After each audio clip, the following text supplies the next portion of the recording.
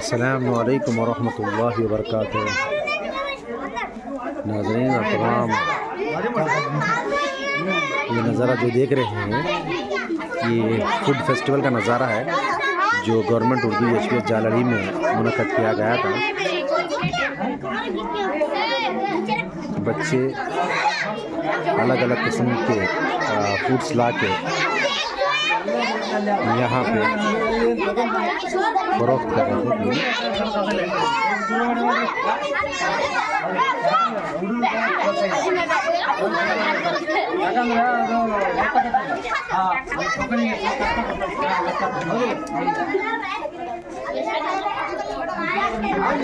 ये cash counter है जहाँ पे पैसे देकर टोकन लेके खाना होगा।